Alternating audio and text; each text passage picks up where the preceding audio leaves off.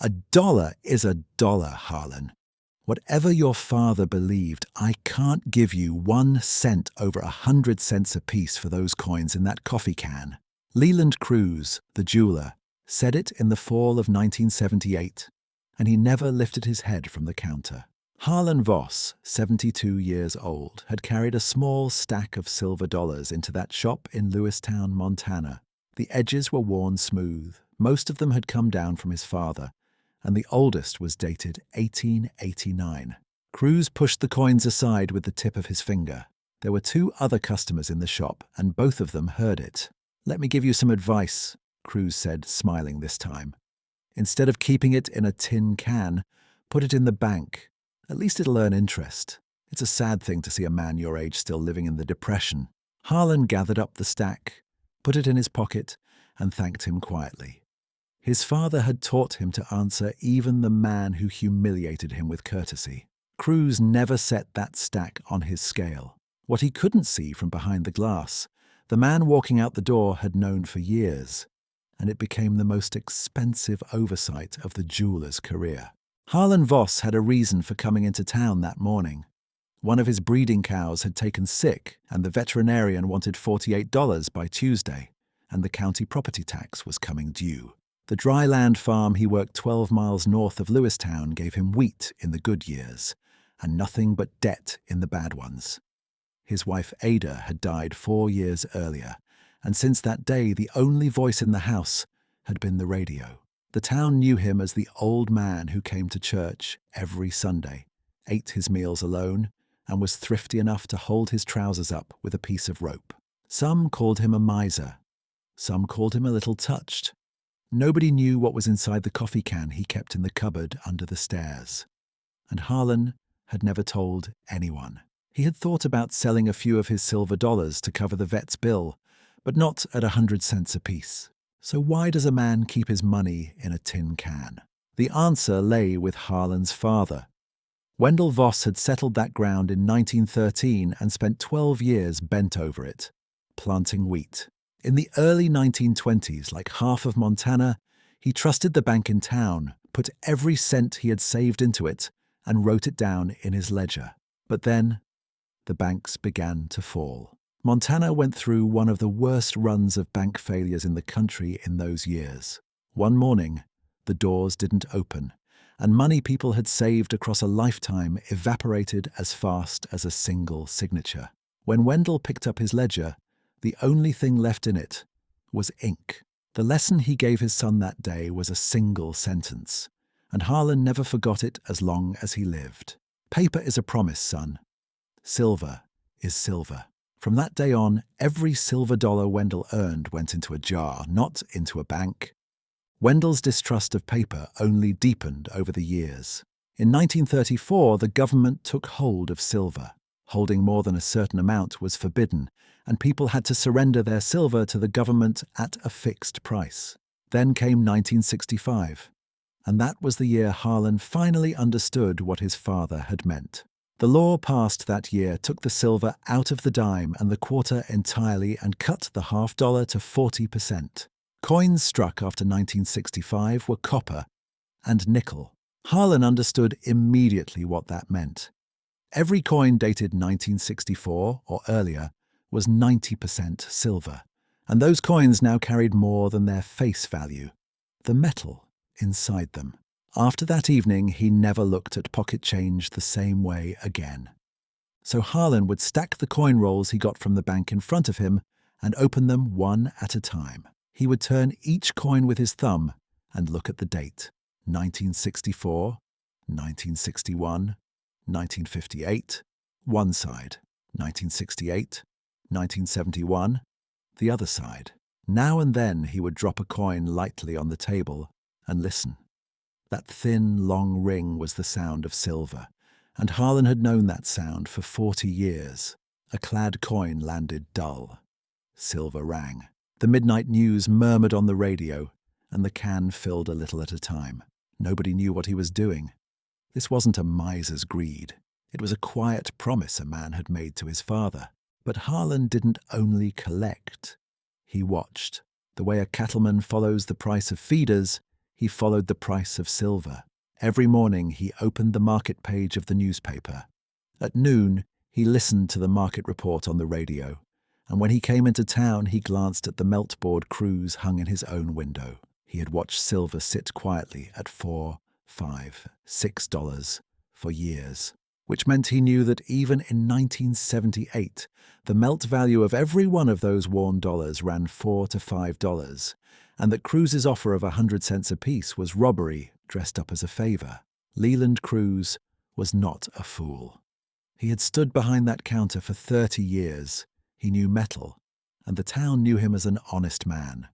But in all those years, he had looked at so many coins that he no longer felt the need to look twice. That was what everyone else had missed too. People looked at those coins either as ordinary change worth face value or as a keepsake from a grandfather. Few of them watched the price or listened to the ring. Harlan was one of the few who did. When Harlan got home that evening, he didn't even open the can. He covered the veterinarian's bill by selling the last of the wheat in his granary, because the way he saw it, paper melted away and silver did not. Silver waited. The town would have laughed if they had heard it. In 1978, money in the bank earned interest, and old dollars in a tin can looked like foolish stubbornness. But Harlan was patient because patience was the only inheritance his father had left him. And sometimes patience isn't a virtue at all. Sometimes it's only waiting for the right moment to arrive. That moment was closer than Harlan thought. In the winter of 1979, the small number on the market page began to move. Slowly at first. $6, then $7, then $8. Every morning over his coffee, Harlan opened the page and watched the number climb. Nobody else in Lewistown noticed. The town talked about wheat and cattle, not silver, but Harlan had been watching that number for 14 years, and he had never seen it behave like this. Something was happening, and this time not 9,000 miles away. Something in New York, but there was one thing Harlan didn't know yet: how high that number was going to go. Because for 14 years Harlan had filled that can out of habit, out of loyalty to his father, and in all that time he had never once sat down and worked out what it was actually worth. How many dollars were in there, how many ounces of silver? He didn't even know. To him, that can wasn't a fortune. It was a promise, one his father had left him and one he had kept. But silver, for the first time in Harlan's life, had started to climb. And as that number rose, the ordinary coffee can under the stairs was about to become something nobody in Lewistown, not even Leland Crews, could have imagined. Through all of 1979, that number never stopped again. In January, it was $6. By April, it passed $7. By the start of summer, it was pushing $9. Harlan did the same thing every morning. He lit the stove, put the coffee on, and opened the market page of the newspaper. Every time the number was a little higher. But while silver was rising, his farm was sinking. In August, the hydraulic pump on the tractor went out. The payment on his banknote came due in September, and Harlan had no cash. One morning he got into his truck, took Highway 87, and drove 100 miles to Great Falls. He didn't sell in Lewistown because he didn't want Leland Crews knowing what he had. The buyer in Great Falls weighed 60 of his father's silver dollars one by one and paid $6 apiece. $360 in all. Folding the money into his pocket, Harlan thought about one thing only. For those same coins, Crews had offered him 100 cents apiece. That $360 covered the note payment, got the pump rebuilt, and carried Harlan through the winter. But in the fall, the number stopped walking and started to run. In October, it was $15. In November, it passed $18. By the turn of the year, it had reached $34. And that was when Lewistown noticed silver. Drawers that hadn't been opened in years were opened, and grandmother's flatware sets were wrapped in newspaper and carried down to Main Street. A line formed outside Crews Jewelry in the mornings. Something else happened in the county that had rarely happened before. Houses started getting broken into, and the thieves were looking for silver.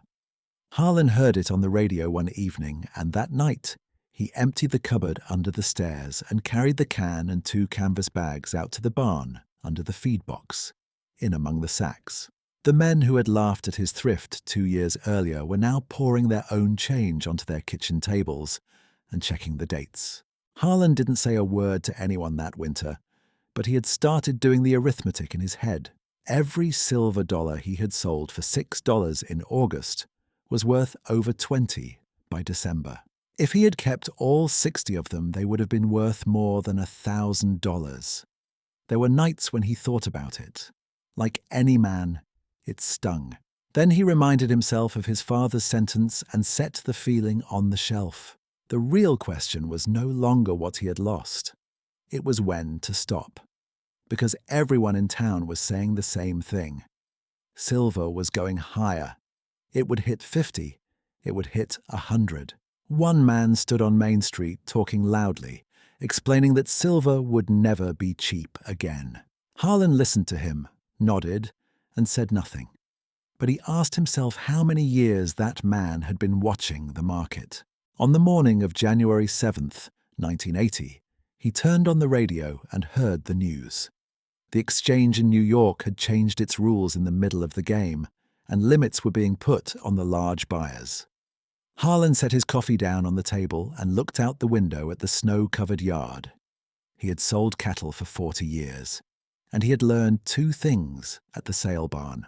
The first was this: when the buyer starts looking for you, you sell.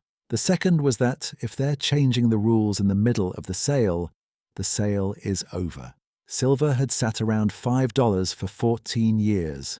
Now it was running toward 40, and nobody could properly explain why. Harlan understood that this wasn't a price. This was a crowd, and crowds break up. That evening he sat down at the table and did the one thing he hadn't done once in 14 years. He carried the can and the 2 bags into the kitchen and emptied them onto the oilcloth. The lamp dropped its yellow ring on the table. Outside, the wind beat against the tin on the barn, and a hill of silver rose on the oilcloth. Harlan sorted them. His father's silver dollars on one side, the dimes, quarters, and halves he had picked out himself on the other. Then he started counting. There were 280 of his father's silver dollars, and the oldest was still the one dated 1889. The coins left from his own 14 years came to $1,240 in face value. Harlan picked up a pencil, wrote 2 numbers in his notebook, and underlined them. For 14 years he had filled that can out of habit, out of the promise he had made his father. But now, for the first time, he knew what was in it. Tuesday morning, January 22nd, 1980. Harlan loaded the 2 canvas bags and the can into the back of his truck, drove the 12 snow-covered miles, and parked on Main Street. That morning's number was posted in the window of Crews Jewelry: $40.50. The shop was crowded, and people stood in line holding small boxes. Harlan waited too. He stood quietly, the same way he had 2 years before. When his turn came, he set the bags on the counter and opened them. Leland Crews looked at the bags first, and then at Harlan's face. Then he pulled over his scale. Crews divided the bags and weighed them, counted the silver dollars into stacks of 20, worked the keys on his adding machine, and checked the figure twice. The talking in the shop stopped. Finally, Crews raised his head. "Face value is $1,520, he said. "At this morning's price, that comes to $33,860. One of the men standing at the end of the counter was one of the 2 customers who had heard Crews's advice in that shop 2 years earlier, and he turned his head and looked at Harlan. Crews was silent for a moment, then spoke quietly. "2 years ago, I offered you 100 cents apiece." Harlan nodded. "You did," he said. He said nothing more. Crews didn't keep that kind of money in his safe. He picked up the telephone, called his buyer in Great Falls, and by that afternoon a cashier's check was drawn up. The story could have ended there. But 2 months later, on Thursday, March 27th, 1980, silver lost more than half its value in a single day and fell below $11. The people who had bought at $40 in January found themselves holding about a quarter of that by the end of March. The man who had talked loudly on Main Street never brought the subject up again. Leland Crews came out of that winter wounded too. There was inventory in his shop safe that he had bought at high prices, and it melted away in a day. Crews was not a fool and never had been. He had stood behind that counter for 30 years, and he truly knew metal. He had simply assumed that something going up would keep going up. Harlan Voss had sold 2 months earlier because he wasn't watching where the price was going. He was watching for when the crowd would break up. Harlan didn't get rich off that money, and he didn't want to. First, he went to the bank and paid off the remaining $19,400 on the note, and for the first time in 41 years, there was no creditor on that ground. He opened a separate account for the taxes because his father had taught him that the man who forgets the government's share pays it twice. He put a new roof on the barn and had a new well drilled behind the house, but he didn't trade in his 14-year-old truck. The following spring, at 73, he planted wheat again. Leland Crews didn't close his shop, and he didn't leave town. But from that day on, when somebody brought something to his counter, Crews picked up every piece, turned it over, and looked at the date. There was never any bad blood between them. Both men were inside the same church on Sunday mornings. They just sat in different pews. Today, decades later, that coffee can still sits on the shelf of the cupboard under the stairs. There is one coin inside it, a silver dollar with worn edges, dated 1889. Harlan never sold it. It was the coin a man had held up to the light 2 years earlier, and then pushed aside with the tip of his finger. Wendell Voss had not been able to leave his son a fortune. After 12 years of a bent back, standing in front of a bank door, all he had left in his hands was ink. What he left his son was a sentence. Paper is a promise. Silver is silver. Harlan carried that sentence for 50 years, and for 14 of them, he filled a tin can with it. And sometimes a man's most valuable inheritance isn't what he puts in his pocket. It's what he still hears. Maybe you have something like that too. A box everyone called useless that you kept anyway. A sentence an elder said to you that made no sense at the time and settled into place years later. What Harlan Voss did wasn't cleverness. It was patience, and patience looks a great deal like foolishness, right up until it doesn't. If stories like this one remind you of something, you're welcome to subscribe to the channel. So was there ever something in your life that everyone called worthless and you held on to anyway? And did time prove you right?